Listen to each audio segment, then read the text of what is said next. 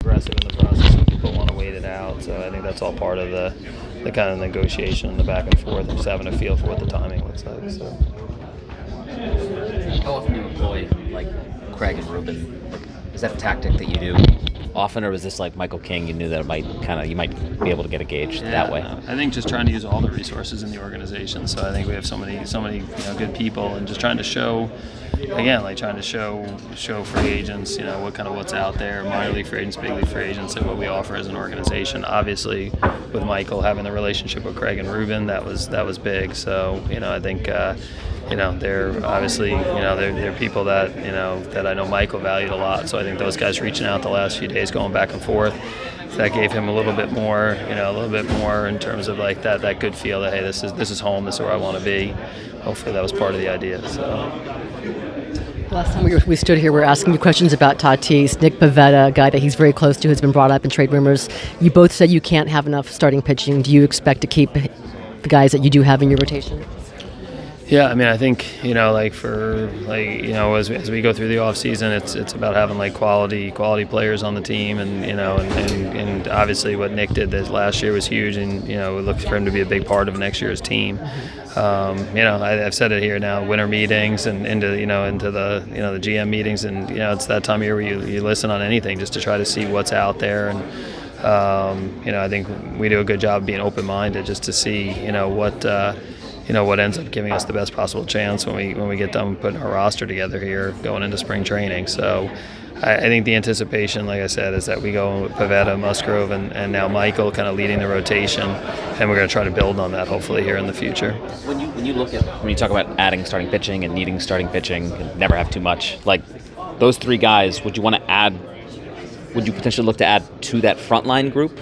Would you add to the back? Is everything an option? How do you view that? Yeah, I mean, I think you're just looking for obviously for pitchers that we feel hopefully can continue to get better and improve. I think we're open. Like we're having, we have a lot of players that people like. So I think people call us and they talk about different possibilities and what's out there on the trade market. So we don't want to never close the door on anything in terms of like where somebody would quote unquote stack in a rotation. And I think part of our success for next year too is like the continued development of Randy Vasquez or JP Sears that came over in a trade. It's not just the frontline player all the time. So obviously here today with Michael to kind of announce a frontline acquisition, but like continuing improvement of the development of some of our own guys, and then we're going to continue to talk about pitching. Obviously, and where that stacks up, we'll kind of figure it out. But you're always looking for different players at different price points, and if they can help you, that's the idea. How does this starting pitching market compare to anyone you've been a part of, both in terms of free agent prices and trades that you've seen so far? I mean, again, I think like the overall free agency market, the value of players continues to be high, and the value of good talent. And you look up throughout the league, if you're a good big league player, like teams are valuing those guys, and they're willing to give dollars or years, or in a lot of cases both. So I think it's kind of been the trend over the last 4 or 5 years. It's just good players continue to be valued. Good pitching, obviously supply and demand. So good pitchers are valuable, and that's just kind of been a continued trend over the last few years. I'm sorry. I'm sure you feel good about just having a Michael back, having Nick, a couple guys who can opt out next season. How important is it for you to continue to seek some controllable starting pitching for both now and the future? Yeah, no, I think it's always important to have players that you feel like can be here for the long term. Again, I think you go into this process, and everybody kind of indicates what's important to them, like to the agent and the player, and we kind of have a feel, and we have a feel what's important to us, and try to see if you can balance that out. So, again, we've had it where I think guys like Robert Suarez and Nick Martinez had opt-outs and came back. So I don't think an opt-out means that the player's here for just 1 year. I think we've had situations where we brought guys back. I think we're always kind of looking for building the now team and the future team and having controllable players, and we'll continue to look at that here this offseason.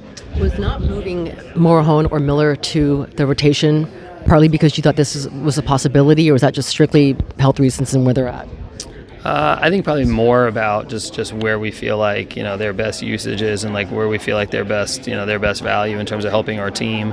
I think more of that than the market, but it wasn't a non-factor. I mean, we talked about like, hey, there's some good free agent pitchers that are out there. There's some guys that we've had conversations about in trades that are still out there and continue to talk about. So I think just wanted to make sure we talked about the whole time is one, we're doing what's best for the pitcher and the player, and we're not kind of taking a strength that's a unit that's been a big strength for us and turning it into kind of an average unit. And knowing that we had some other possibilities, some other ways to access pitching, I think combination of all those factors, is why we've kind of got to the point where, let those guys do what they've been elite at and keep that a big strength for us. What can you tell us about Song, if anything, out of Korea?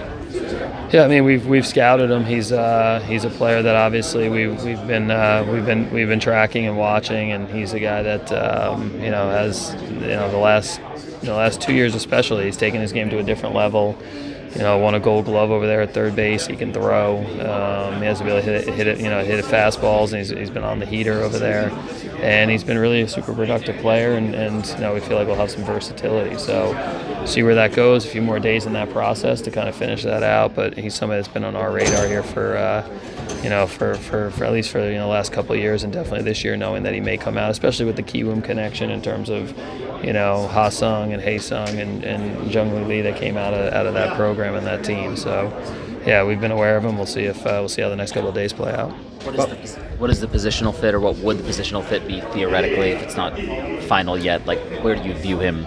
Yeah, I think to me, like we see him as a guy we know can play third and second base, and I think again, I think if we're able to kind of get across the finish line here in the next few days, I think we'll talk about other ways for him to go. We've seen other players that we've had that have been really good infielders that have gone out and played in the outfield. We've seen some guys that have been good second basemen that have become really good first basemen. So if you're a baseball player and you're a very good defender and you're skilled with the glove, you usually have the ability to go out and play other spots.